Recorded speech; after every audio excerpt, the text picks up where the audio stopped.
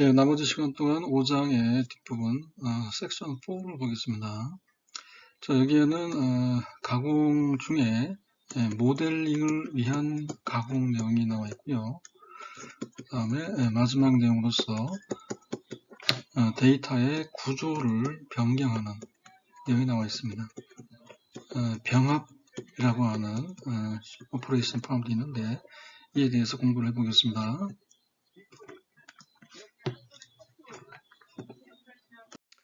5장의 섹션 4를 보겠습니다. 아까 말씀드린 바와 같이 모델링을 위한 가공이 나와 있죠. 주로 머신러닝 모델을 얘기하는 건데요.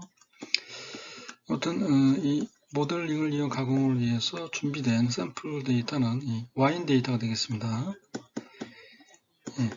이 와인 데이터는 보시는 것처럼 14개의 컬럼으로 구성되어 있는데요. 와인의 종류에 해당하는 클래스 레이블이 포함되어 있습니다.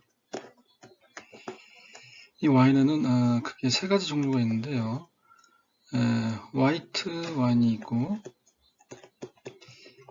레드 와인이 있고, 그 다음에 로제 와인이 있습니다. 흔히 우리는 화이트, 레드를 주로 말하는데 이 로제 와인도 같이 포함되어 있는데 세 가지 종류의 와인이 있는데 각 와인이 가지는 그 화학적 성분이 차이가 있습니다. 그래서 그러한 그 화학적 성분 13가지에 대한 컬럼의 수치형 데이터를 가지고서 만든 데이터입니다. 자, 이 데이터를 가지고서 가공 작업을 해보도록 하겠습니다.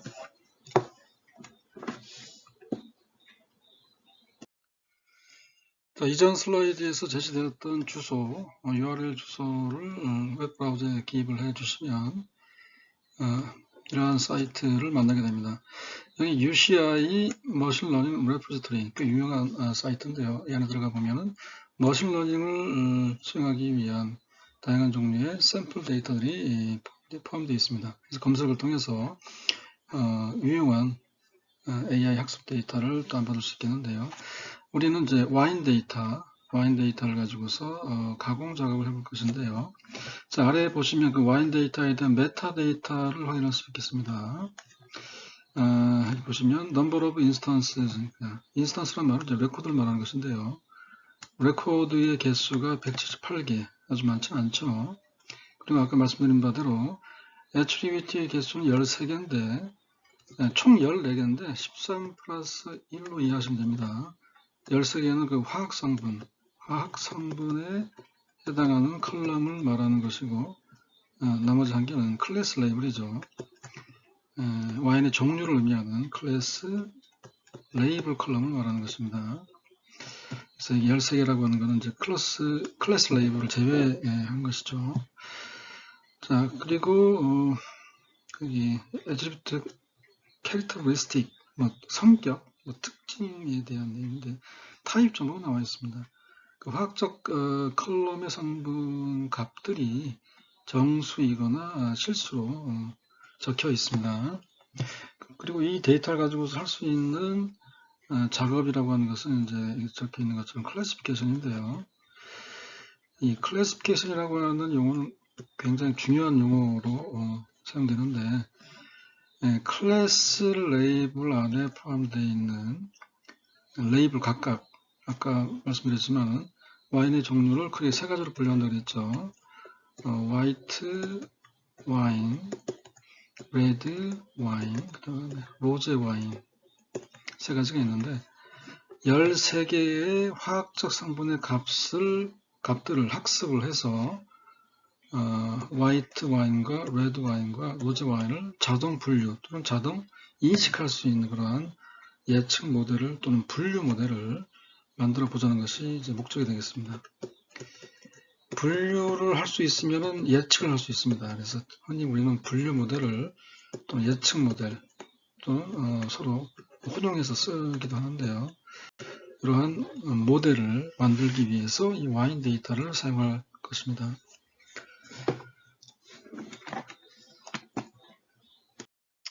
네, 그러한 와인 데이터를 다운받기 위해서 이 웹페이지 중간에 보시면 데이터 폴더라는 이름의 링크가 보이죠. 데이터 폴더.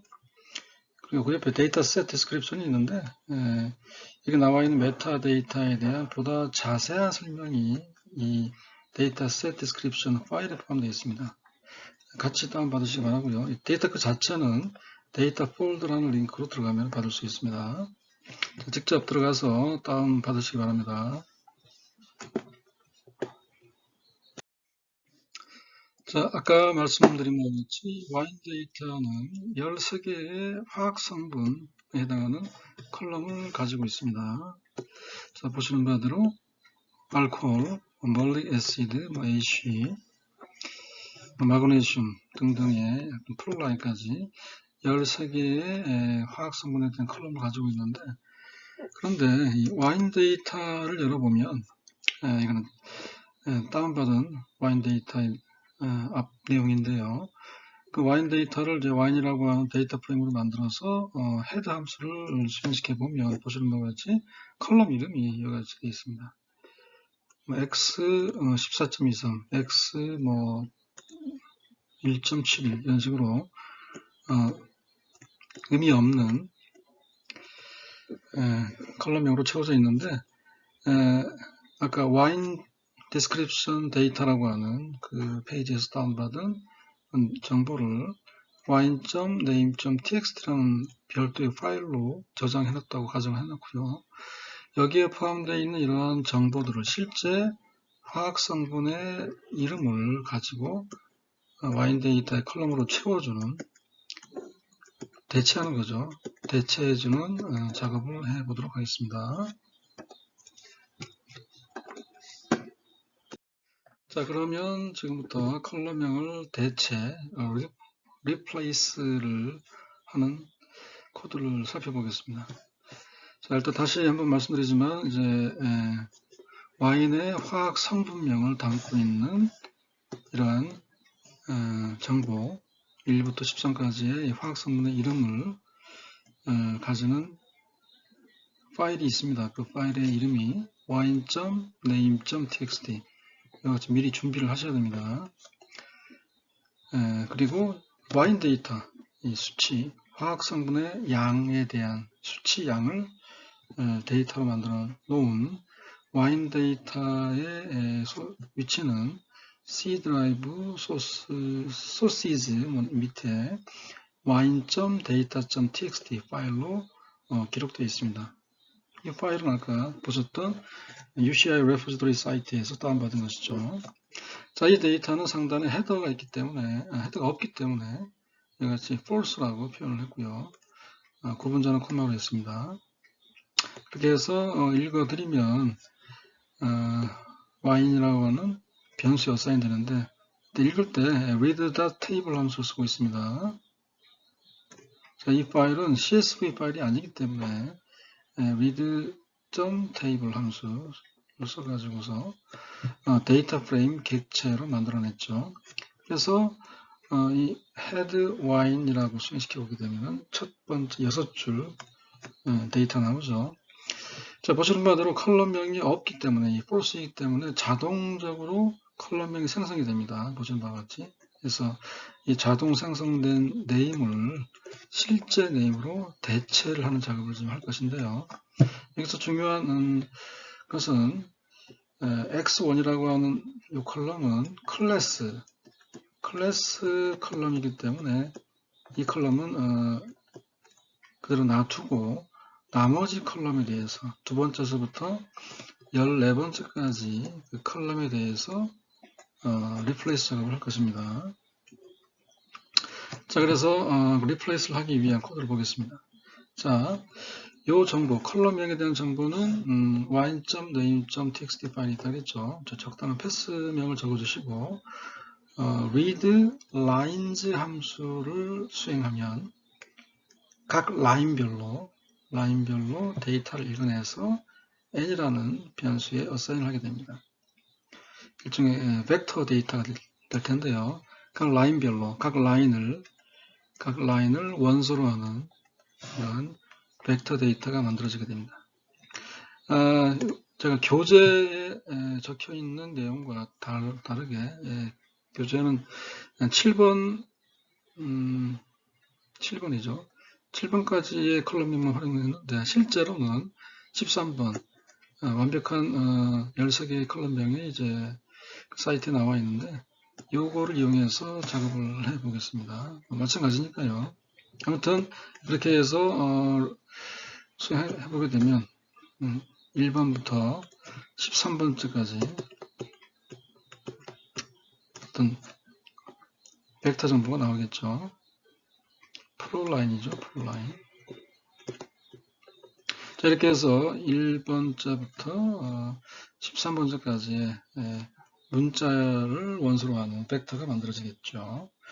자, 그 다음에 요 라인이 실제 리플레이스를 해주는 작업인데, 자, 보십시다.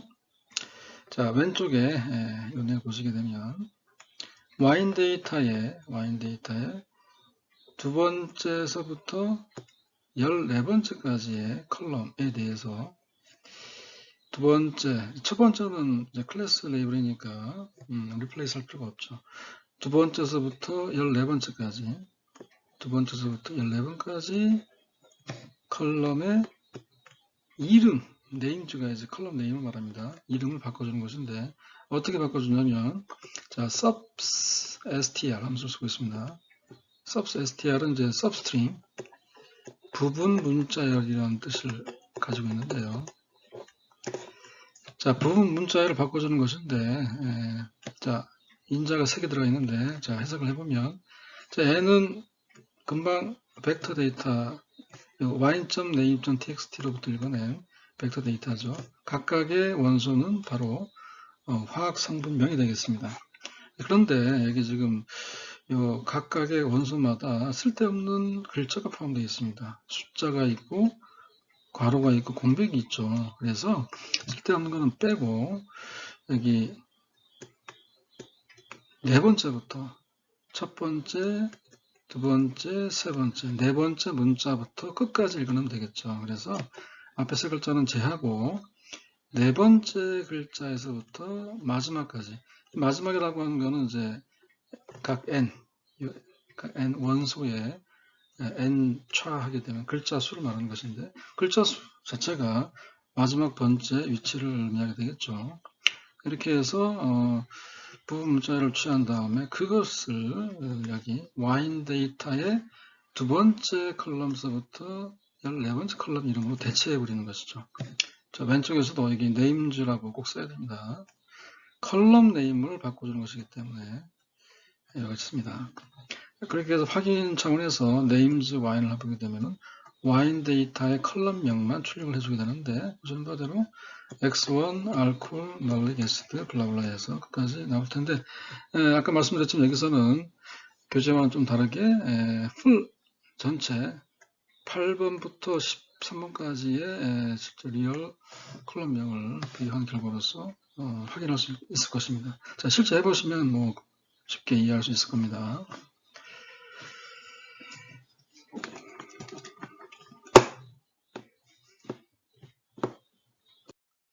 자, 지금까지 앞에서 와인 데이터를 생성을 했는데 UCR 레포지토리에서 받은 파일 데이터를 메모리 내에 데이터 프레임 객체로 만들어 놨죠. 자, 그 와인 데이터를 가지고서 모델링을 위한 가공 작업을 할 것입니다. 여기서 모델링은 주로 머신러닝, 기계학습 모델링을 말하는 것인데요.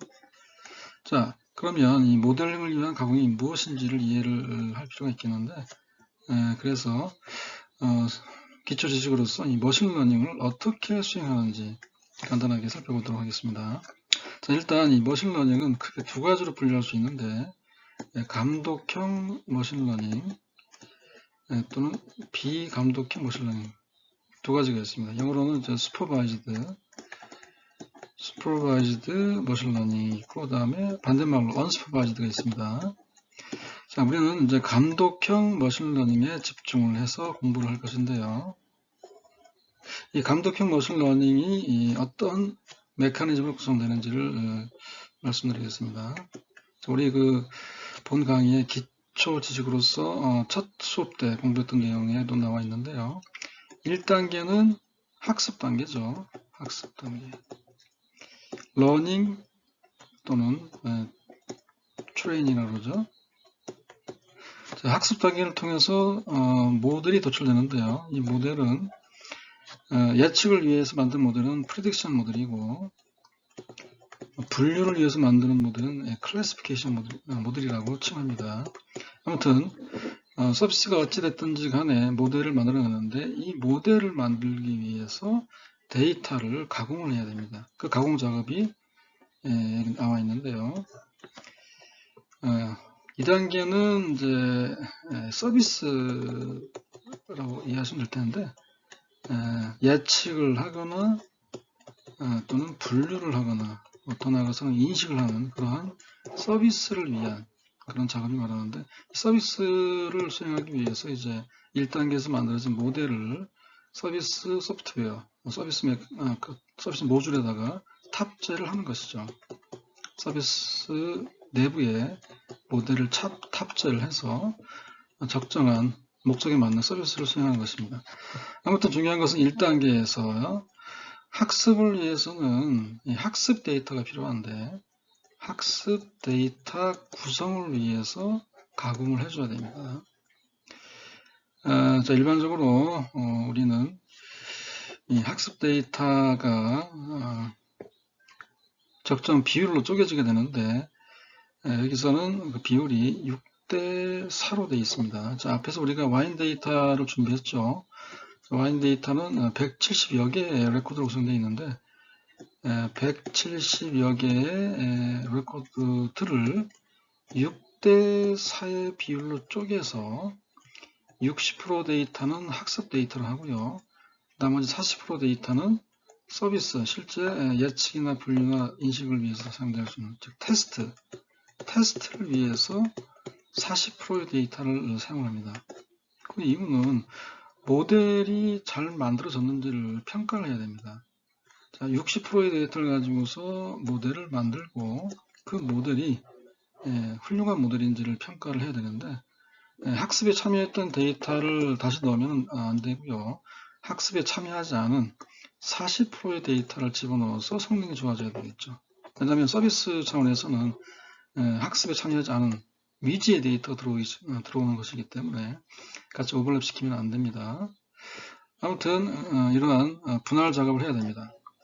자, 이 분할 작업을 위해서 우리는 여기 왼쪽에 보시는 것처럼 sample frag 함수, 그리고 아래 보시면 sepdiff 함수를 쓰는 것입니다.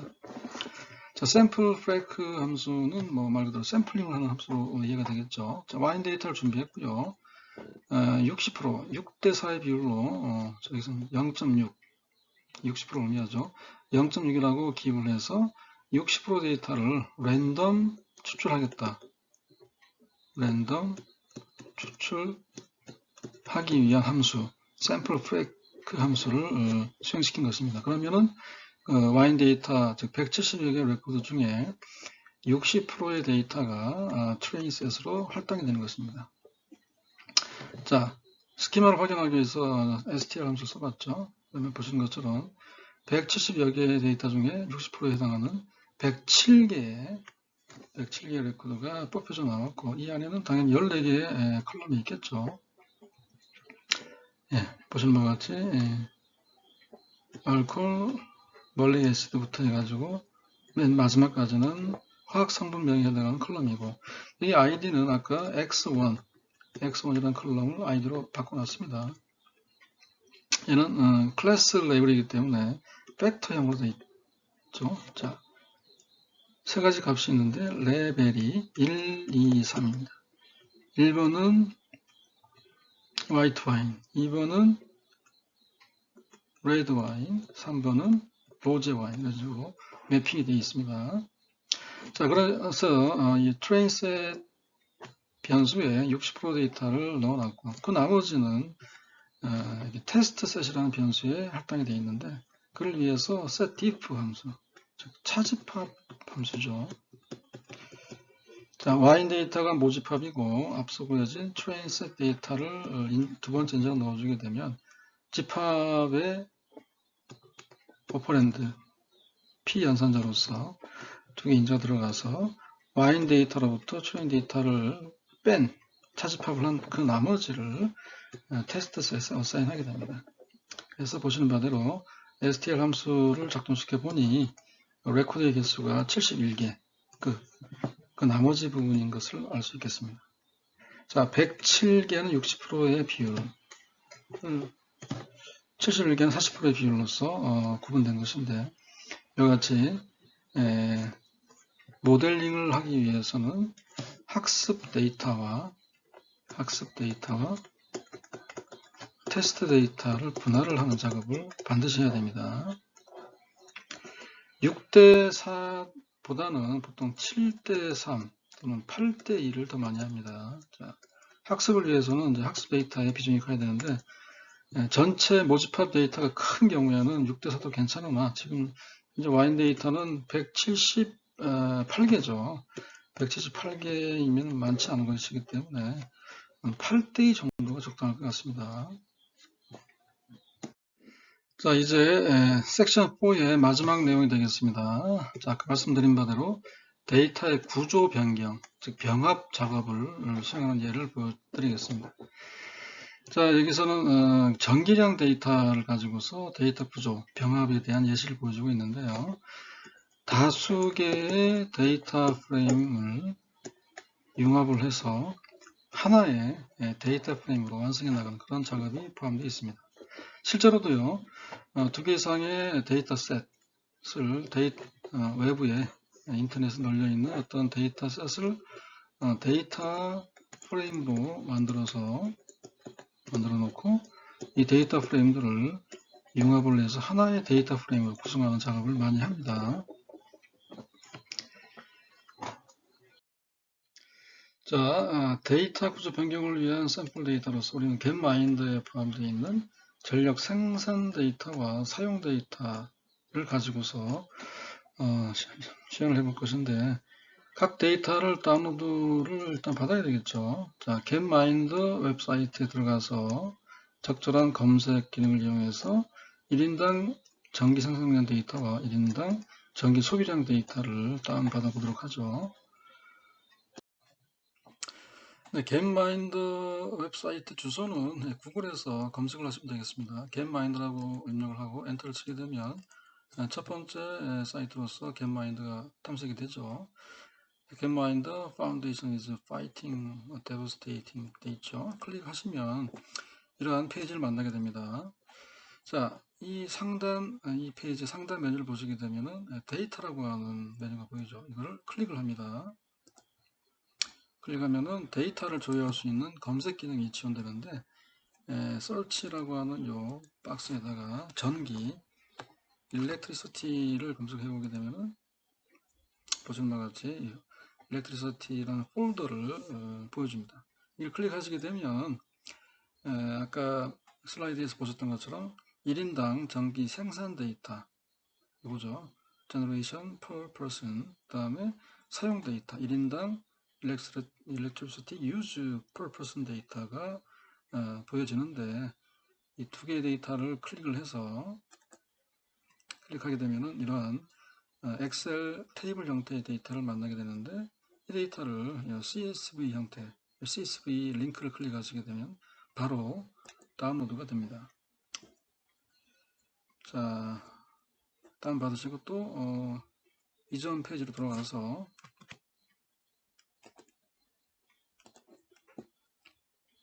electricity 검색을 통해서 use 데이터, electricity use 데이터를 또 클릭을 해서 이 데이터를 CSV 형태로 다운로드 받으시면 되겠습니다.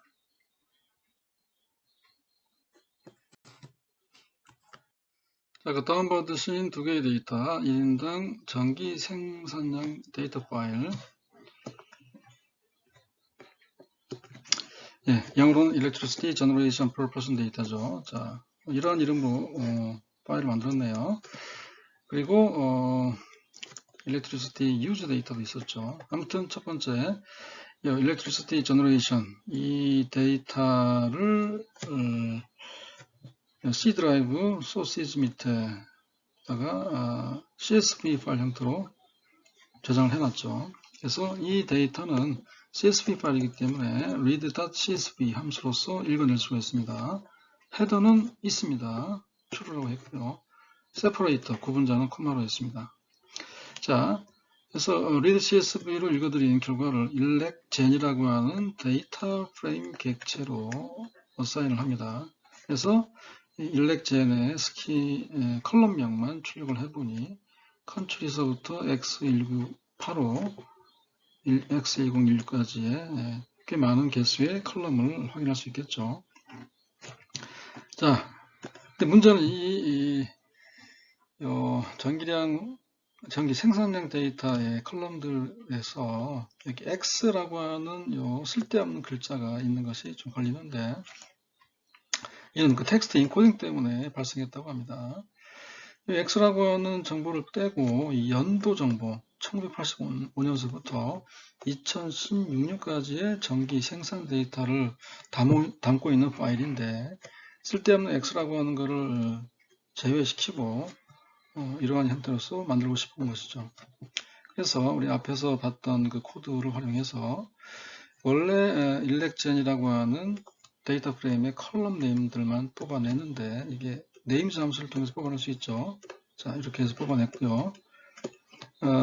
여기서 우리가 취하고 싶은 문자열은 두 번째 문자열서부터 끝까지 1988, 1989 이런 네 글자만 뽑아내고 싶은 것이죠. 그래서 두 번째 문자서부터 마지막까지 일렉젠의 네임즈의 엔차 글자 개수이기 때문에 마지막까지를 의미하게 되겠죠.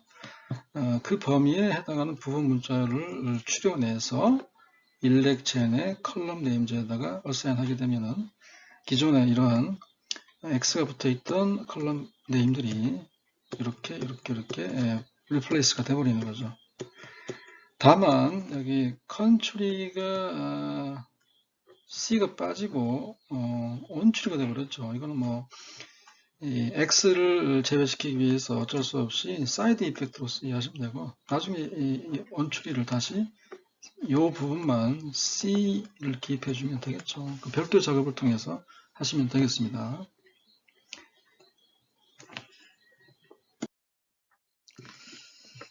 지금 보시는 슬라이드는 앞의 내용과 똑같고요.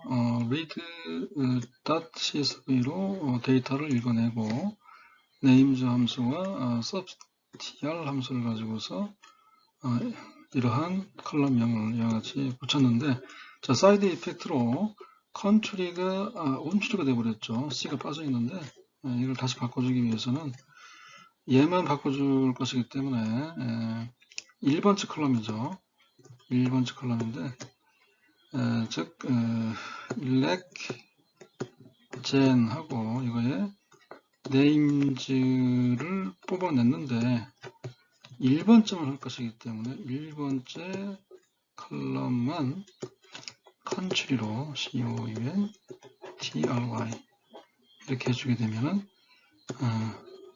그 사이드 이펙트를 복원시키는 효과를 가지겠습니다. 좀 번거롭죠. 자, 이 번거로운 작업을 동시에 수행하는 방법이 뒤에 나와 있습니다. 자, 이번에는 그 전기 사용량 데이터, 즉 electricity use per person.csv라는 이름의 파일을 다운받고 준비를 할 것인데, 이것도 역시 연도 이름 앞에 불필요한 X라는 문자가 포함되어 있습니다. X 1988 이런 식으로 똑같은데, 아까 말씀드렸지만은 첫 번째 이 컨트리라고 하는 컬럼명은 앞에 X가 없기 때문에 아까 같은 방식으로 하게 되면 C가 날아가 버리는 그런 사이드 이펙트가 발생했죠. 자, 그러한 문제를 크지 않은 문제이긴 하지만 그러한 문제를 해결하기 위해서 이와 같은 방법을 썼습니다. 자, 보시면 자, 일단 C 드라이브 밑에 electricity use per person 데이터를 read.csv 파일로 읽어냅니다. 일렉 use란 이름으로 데이터 프레임을 만들었습니다. 자, 그 다음에 이제 이러한 X가 붙어 있는 연도 컬럼을 숫자만 뽑아내기 위해서 어떻게 했냐면은 2번째서부터 마지막까지의 범위에 해당하는 문자열만 뽑아내는데, 컨트리를 제외시키기 위해서는 이 컨트리라는 컬럼은 1번째 컬럼이었죠. 그 이후에는 2번째 컬럼서부터 맨 마지막이 56번째 컬럼인데 보시는 것처럼 이 2번과 56이라는 컬럼명을 실제 기입을 해버리는 것이죠. 2번서부터 56번 컬럼에 대해서 이러한 글자를 뽑아내서 다시 왼쪽 파트에 보시게 되면 이와 동일한 부분을 넣어주게 되면 실제 리플레이스가 되는 것이죠. 자, 이 같은 방식으로 한 줄 코드로 동시에 X라고 하는 글자도 제외시키고, 즉 숫자만 뽑아냈고, 아까와 같은 컨트리가 C가 빠지는 문제까지 해결을 했습니다. 자, 이 방식으로 하는 게 보다 간편하겠죠. 자, 아무튼 그 두 과정을 통해서 전기 생산량 데이터와 전기 소비량, 사용량 데이터가 이같이 데이터 프레임으로 만들어졌습니다. 자, 나라별로 각 나라에 대해서 연도의 흐름에 따라서 데이터가 준비가 되어 있죠. 마찬가지로 나라 이름에 나와 있고, 나라 이름에 따라서 각 연도별로 전기 사용량 데이터가 나와 있는데 NA, 즉 결적치가 많이 포함되어 있죠. 아무튼 이 두 가지 생산량 데이터와 이 사용량 데이터를 병합을 시킬 것입니다. 자, 앞에서 우리는 이와 같은 형태의 전기 생산량 데이터와 이와 같은 형태의 전기 사용량 데이터, 즉 데이터 프레임이죠. 데이터 프레임을 생성해냈습니다. 자, 이 두 개의 데이터 프레임을 병합을 시킬 것인데, 자, 조인이라는 말은 이제 데이터베이스에서 쓰는 용어입니다. 조인 또는 병합시키고자 할 것인데, 자, 우리가 병합시키기 이전에 데이터의 구조를 좀 바꿀 필요가 있습니다. 왜냐하면 이게 지금 연도 값 자체가 컬럼으로 되어 있죠. 오른쪽도 마찬가지인데요. 일반적으로는 이렇게 연도 값 자체가 컬럼으로 되어 있기보다는 이런 구조로 바꿔보는 게 좋습니다. 컨츄리라는 컬럼이 있고, 컨츄리가 있고, 두 번째 컬럼으로서 연도가 영어로 이어가 있고, 예를 들어서 알제리아라는 나라가 있는데 연도가 1985가 되면 얘가 이제 생산량, 영어로 젠이라고 그럴까요? 간단하게 젠발이라고 그러죠. 이름은 적당히 바꾸시면 됩니다. 이 값이 얼마냐면은 544가 되는 거죠. 544. 즉 여기 오른쪽으로 늘어서 있는 이 레코드들을 세로 방향으로 바꿔버리는 것이죠. 이쪽도 마찬가지입니다. 이와같이 연도라는 컬럼과 젠발이라고 하는 생산량 데이터 컬럼을 만들어서 구조를 바꿔주고 나서 융합을 하겠습니다. 자, 앞서서 전기 사용 데이터에 대한 구조 변화를 게더 함수를 이용해서 수행한다는 내용이 이전 슬라이드에 포함되어 있었는데, 자, 보다 명확하게 이 게더 함수의 이해를 돕기 위해서 다시 한번 보겠습니다.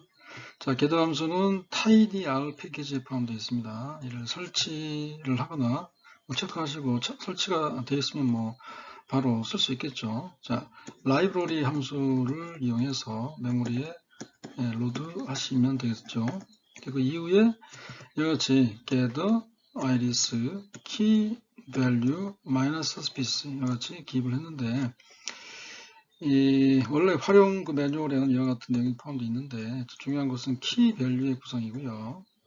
자, 해석을 해보면 여기 key라고 하는 거는 여기 적혀 있지만 열의 컬럼의 변수, 컬럼명이 하나로 통합됐을 때 그 열 컬럼명에 대한 보시는 것처럼 컬럼명, 여기 세팔 랭스가 키라는 컬럼에 값이 되고 있죠. 컬럼 이름이 키라고 하는 키 컬럼에 값이 되고 있단 말이죠. 컬럼명이 값이 되고 있다. 이때 그 컬럼의 이름이 키라고 하는 것인데 그 이름을 여기다 적어준 것이죠. 다음 value는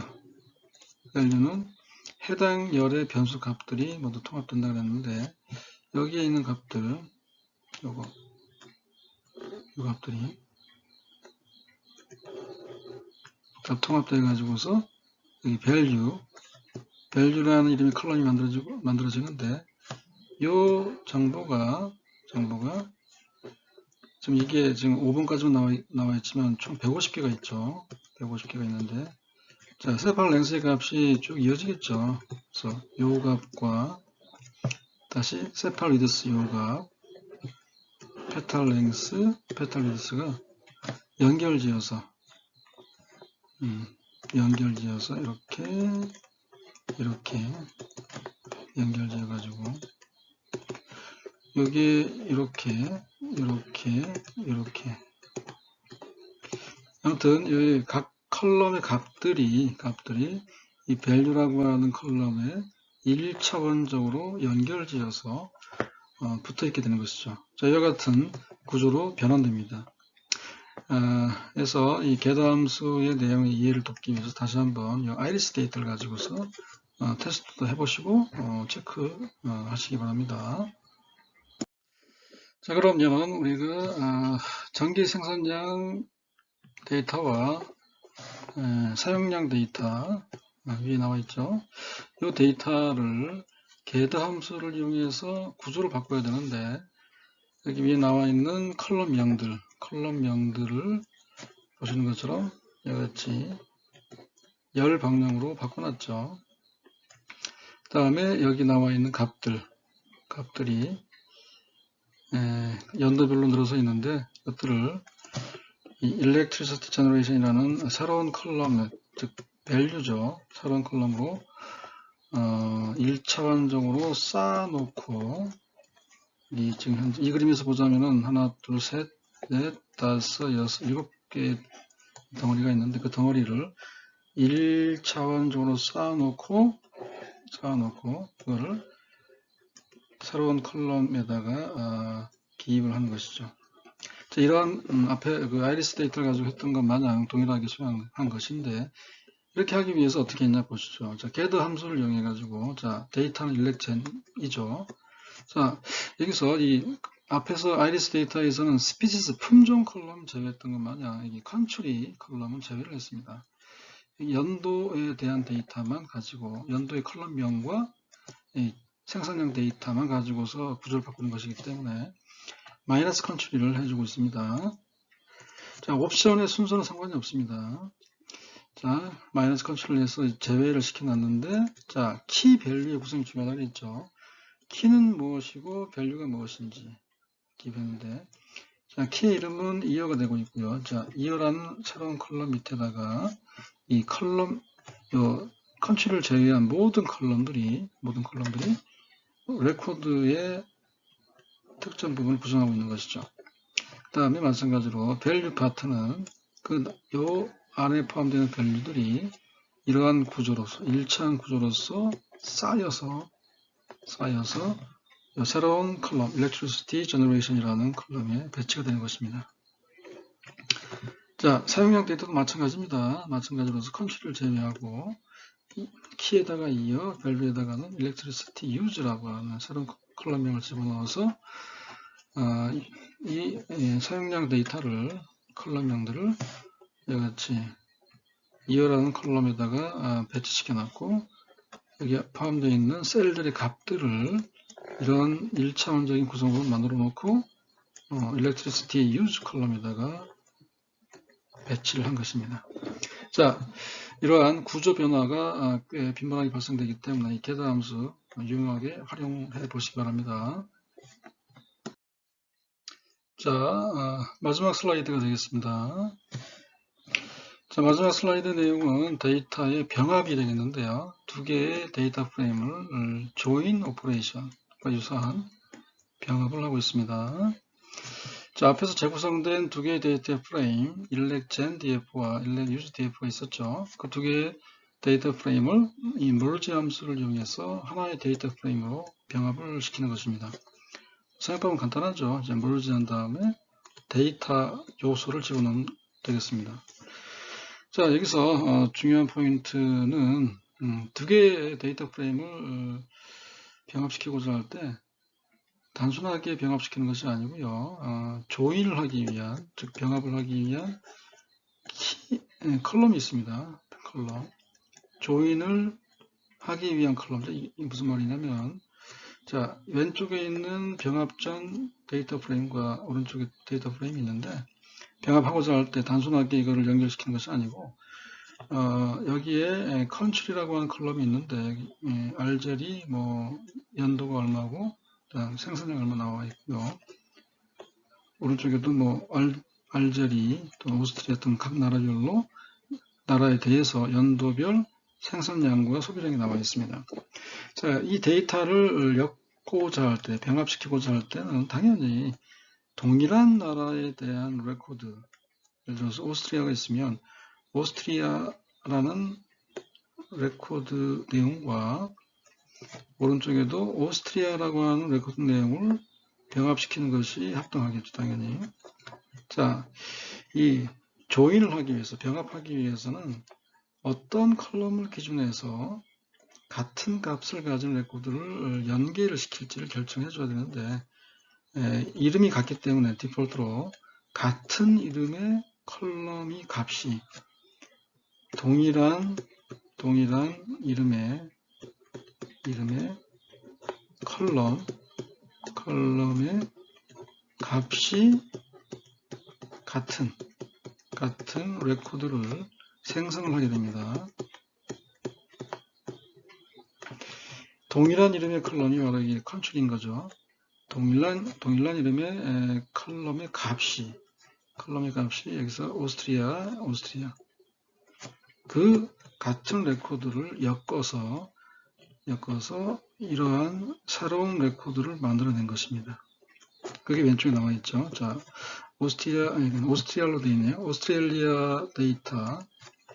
이 오스트레일리아가 이쪽에 있죠. 하여튼 오스트레일리아 데이터를 엮는데 생산량과 소비량이 나와 있습니다.